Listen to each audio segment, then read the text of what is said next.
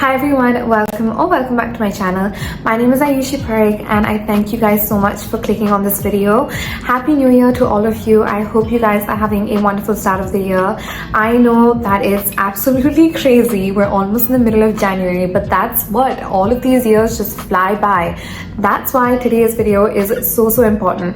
I'm going to be discussing everything that you can do in order to rebrand yourself for 2025. Also, disclaimer, I do have a slight tickly cough. That's why I might cough a little bit here and there, but please don't mind it, please ignore that.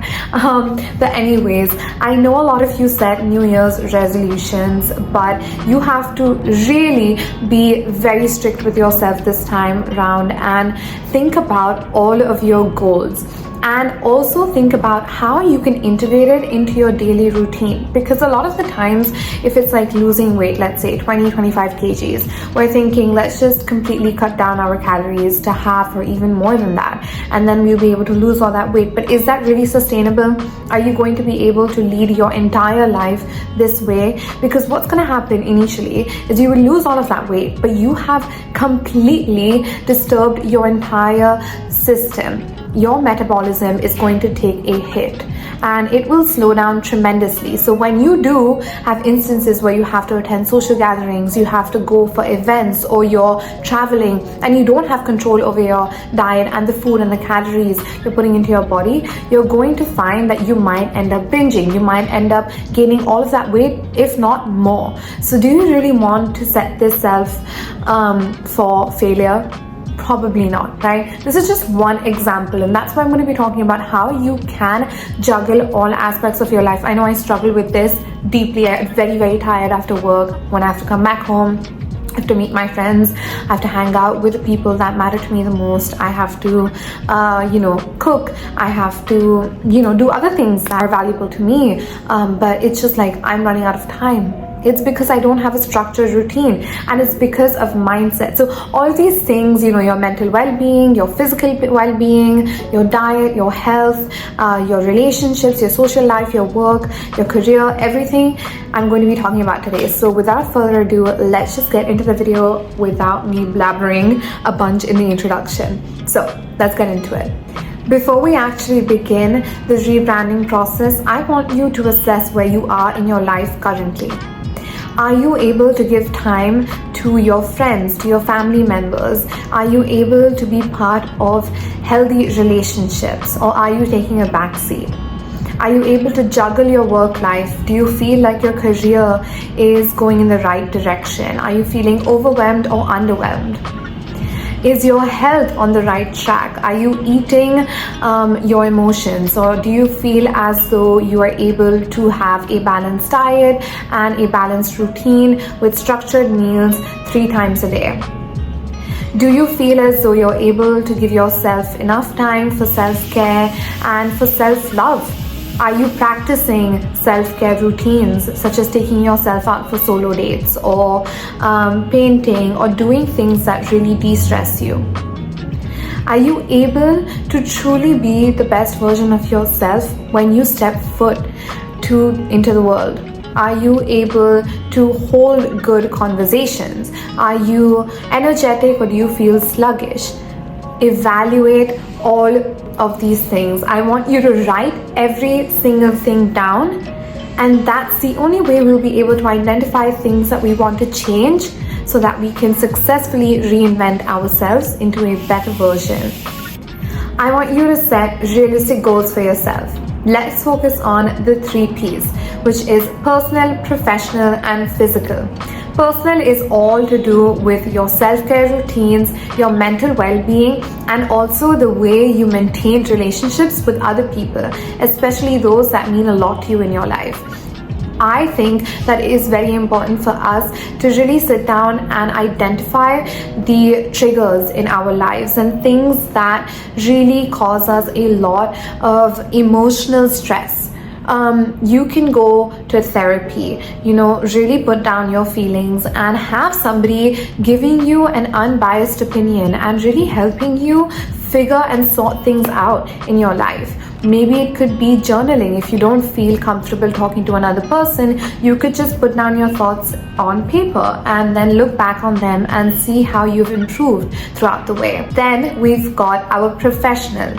Is your career going down the right path? I know when you're in your 20s, life can seem so chaotic and quite uncertain. It feels like we don't have a clear picture of our near future. So how would we be able to tell you what we're going to do 10 years down the line? We don't even know what we want to do tomorrow, right? Our mind is constantly wavering. We don't know what is right for us and what could be a better opportunity that is almost close to us, but we're just not able to grab it, right? So professionally, I want you to really sit down and think, okay, enough is enough. I need to know exactly what I want to do, in the sense that you don't have to be exactly sure that you want to go down one career path. It could be so many other things that you want to do. You could be starting off at a 9-to-5 job, and then eventually you would want to start a business of your own, right? But I just want you to enter the industry that is of your interest, because time is short. We don't have unlimited time here. We're not on this planet forever. We're not immortal. So we have to make the most of our time. And how do we do that? By taking the right decisions. For instance, it could be not knowing which major to study for your undergraduate degree. When you're in high school, it can be so challenging to make that decision because you don't even know about the different industries. You don't know what the work life would be like. And it can be difficult without any practical work experience, right? However, in this moment, I want you to really think about, what is it that interests you? What is it that you found interesting about that certain major when you maybe researched about it on the university's website, or when you spoke to other people who you know have gone and studied that major, or who are currently in that school, what it is that you like about that school. You study all of that and you're like, okay, well, I don't really want to be in this industry anymore. You work for a couple of years and you're like, I don't really think this is the best fit for me. Well, you can always change industries. You might have to maybe take a few courses or do a few certifications, give a few exams, but there's always a way where there's a will. So don't feel like you're trapped or you can't further or step foot into another industry, because that's always possible. And none of your previous, work experiences or education will ever go to waste. In fact, it is always going to just add up, and it will always come to use. Even if it's a job as a cashier somewhere, or maybe as a server somewhere, those skills come handy without you even realizing it. So don't think about these experiences as something that you wasted your time on. Let's talk about physical, because health is key. We all know it, we've all heard it, yet we make the most poor nutritional choices. And I think the reason for that is social media. We see all of these satisfying videos online, going viral, of people eating these delicious sweet items and like greasy pizzas and burgers, and really making it look and sound so appealing that we feel like, okay, I just want to have that one slice of pizza. And of course, it's not bad for you to have like one slice of pizza. It's not even bad for you to have an entire pizza once in a while, but you need to be able to have a structured diet and be consistent, because health is one thing that you can never buy. It is one thing that will never come back to you if you abuse it. So you have to know when to draw the line when it comes to eating junk food. Okay, I think it's sad to see that we hear a lot about like we shouldn't be eating food that is packaged in plastics, we shouldn't be eating GMO grown vegetables, we shouldn't be eating foods that have pesticides, blah blah blah. But it's difficult because a lot of the healthier items are priced at such a high rate, which is challenging. So how do we even know what is healthy and what is not? Because we have been told that when you read the ingredient list, you should be able to identify all of the items on it, yet even the healthy items have sneaky little chemicals and absolutely horrible things for you in there that have just been masked by another name that is just not easily recognizable to the normal individual out there. So Health is something that you can just do the most, and play your part, and then the rest is just dependent on your genes and your lifestyle. But I think that sleep is also very important. We should have a good sleep schedule. You should be sleeping at a normal time every single day. You should be getting 8 to 9 hours of sleep every single day. That's the only way your circadian rhythm is going to be on track, because if you sleep at 9 p.m. one day and then sleep at 1 a.m. the next day and then like 2 p.m. the next day, thinking that, oh, I got my 8 and 9 hours of sleep, but you're not really in your circadian rhythm. You have just completely destroyed that. That is non-existent. So don't do that, please. Please take care of your health. If it's eating more clean, if it's going towards a more plant-based approach, whatever it is that keeps you healthy, exercising regularly. Maybe it's like going out in the morning for a 30-minute walk in the fresh air, getting that sun, getting that vitamin D, anything that can keep you moving day to day, you should definitely do. And if you feel as though your job is taking up a lot of your time and you're really, really tired, then I think I would suggest meeting with a doctor or meeting with a naturopath. That's what I did, because I felt very low on energy and sluggish after I came back home from work, and I felt like I didn't want to do any physical activity at all except for just laying in bed. And so we are now, incorporating different supplements into my routine and different foods into my diet so that I feel a little bit better day to day. So definitely go to a doctor or approach a nutritionist if needed, because they can help you get on the right path. Sometimes the internet or even just doing things yourself might not do it. It might not be enough. So please utilize all of the resources that are out there, and make the most of your health, because that's all you've got. Health is truly wealth, and if you want to avoid all of the chronic diseases in the future, you have to take action right now. You can't think that I'm young and I can just eat whatever and then when I'm older I'll take care of it, because that's not how it works. Whatever you do right now is going to reflect upon when you're 40 or 50. So it all adds up. So be very, very careful. Let's get into the exciting segment within this video, which is all about vision boards. I'm not going to show you guys exactly how to make it because I don't have the supplies right now, but I do have a few pictures of my vision board which I will put up here. I made this vision board last year. I still have to make my vision board for this year. However, it was such a fun and enriching process. I got this big of a board, I don't know the measurements, from an office supply stationery store which is near my house, and I just printed out a bunch of images from Pinterest and just glued them on the vision board. It's not that simple. Actually, you should have a mixture of images in there. You should have positive affirmations. You should have things that you know for sure you will achieve, and in the near 6 to 7 months. You should also have things on there that you want to achieve in the future, but you may not know exactly the timeline of when you'll be able to achieve them. But it's nice to put them on there if you have some extra space. But set realistic goals. Again, think about your 3 P's and things that really matter to you, because that's the way you'll be able to create that picture and that vision in your mind so that you can put it down. Also, I want you to make it really pretty, make it something that fits your personality and your aesthetics, and then obviously put it up to where you can see it every morning. I like to keep it either in front of my bed, right when I wake up I can see it, or right now I have it on the side of my bed on the side wall, so that when I wake up I can see it as well.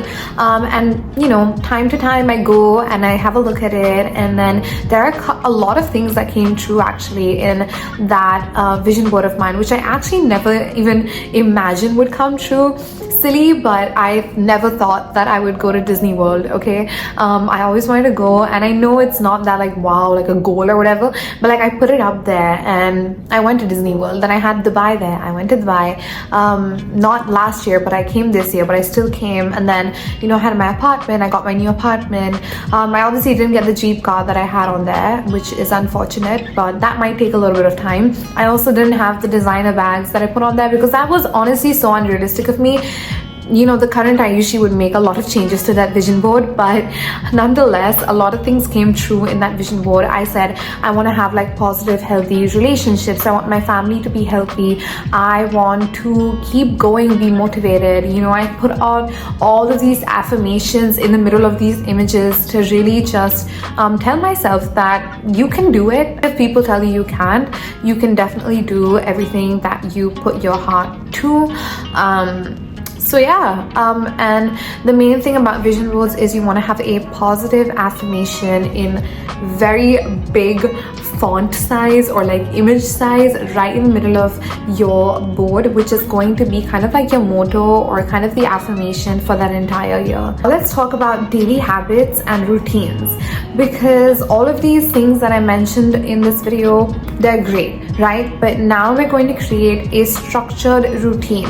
So let's start with your daily morning routine. For example, you wake up at 8 a.m. every single day. Let's say your job starts at 9 a.m. maybe 8 a.m. is not the greatest. You wake up at 7 a.m. you meditate for 5 minutes, you don't check your phone, you go out into your garden or go for a 30-minute walk or go and exercise at the gym for 30 minutes and come back home and make yourself a little breakfast. It does not have to be something elaborate. It can be something like an easy chia pudding. You can make it the previous night and put it in your fridge and then have it the next morning. You can batch prep your food, meal prep for the entire week. I know if you're somebody like me, it can be a little bit challenging when you want different meals every single meal. However, you can keep these meals in rotation. On Sunday night, you can prepare 4 different dishes and then rotate it throughout the week so that you're not bored of it.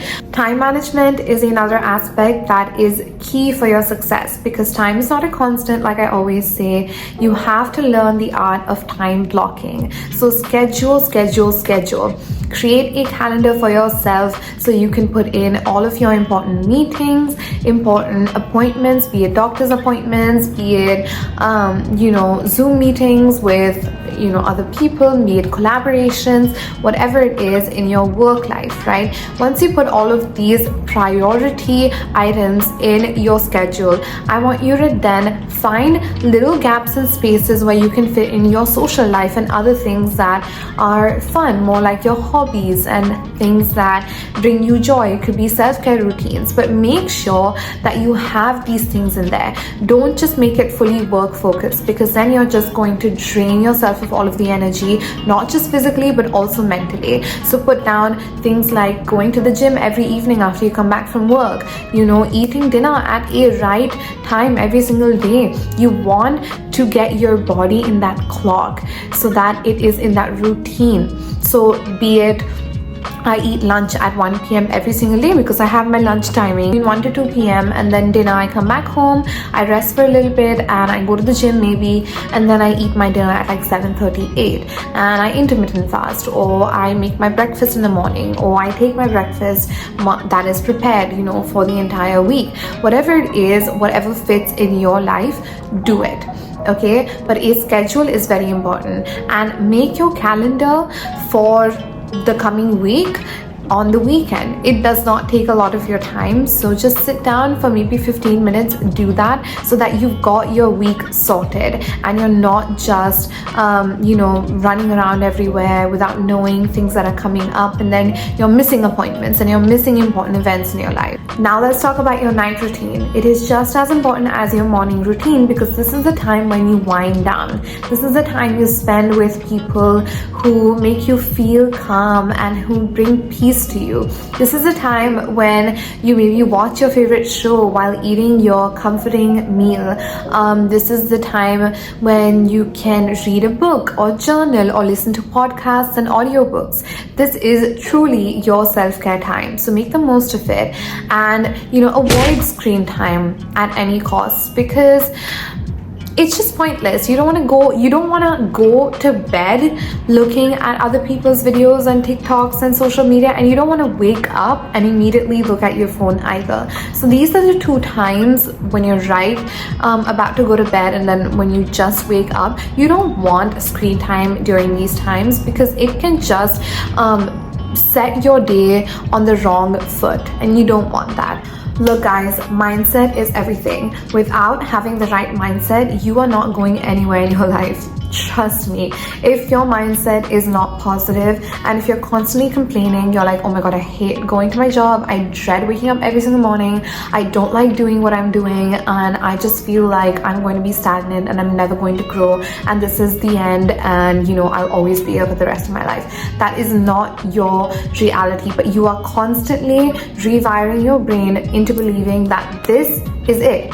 This is how it's going to be, and there is no pathway for me that is open that will lead me to my goals and my future dreams, whatever, right? I want you to take that up, write that on paper, and throw it. You need to be positive. So let's change and shift our mindset. Let's see, you wake up every morning and you're like, I love going to my job. I am so privileged to have a job. Some people don't have it, and I am just so glad that I can be in this position, that I'm able to provide for myself. I'm able to buy things. I'm able to have a roof above my head. You know, you have to be grateful for the things in your life, for your mindset to be positive. Then you're going to go to work and you're going to think that I'm going to be the best freaking employee ever. If you're making burgers all day long, you're going to tell yourself, I am going to make such a good burger for every single customer that they are going to remember it for the rest of their lives. If you're interacting with somebody, if you're going to have to communicate with customers, you're going to have the best interactions with them. You're going to be sweet, respectful, kind, and just make them feel as though they had the best experience at your company and it's unmatched, okay? Whatever it is, you want to shift that mindset. See, I want to touch base on money. I can make an in-depth video about this, but this is crucial for your success. You need to know how to manage your money. So I want you to follow the 50-30-20 rule, which is essentially 50% of your salary goes towards your fixed expenses, such as your rent, your groceries, basically your well-being, right? These are things that are essential for survival. Then 30% are in your leisure activities. Let's say it's dining out, it's going out with your friends, traveling, shopping. These are not necessarily needs, but they're wants, okay? You don't have to necessarily spend that money. 20% should go in your savings. It could be short-term savings, long-term savings, your retirement fund. It could be investments in stocks and bonds. All of these things are essential. You should save at least 20% of your salary every single month, because this is going to add up and it's going to lead to future financial freedom. I can go more into details, but I think this video is long enough. So thank you guys so much for staying to the end of this video. I hope you guys could take some valuable information from this video and apply it into your lives. 2025 is going to be your year for growth and success, and I wish you guys all the best in all that you want to achieve in this year. You can do it. I believe in you. I hope to put out more content soon. There's going to be a New York vlog, so keep your eyes out for that. But I hope you guys have a wonderful day, night, whatever it is. I'll see you guys in my next video. Bye.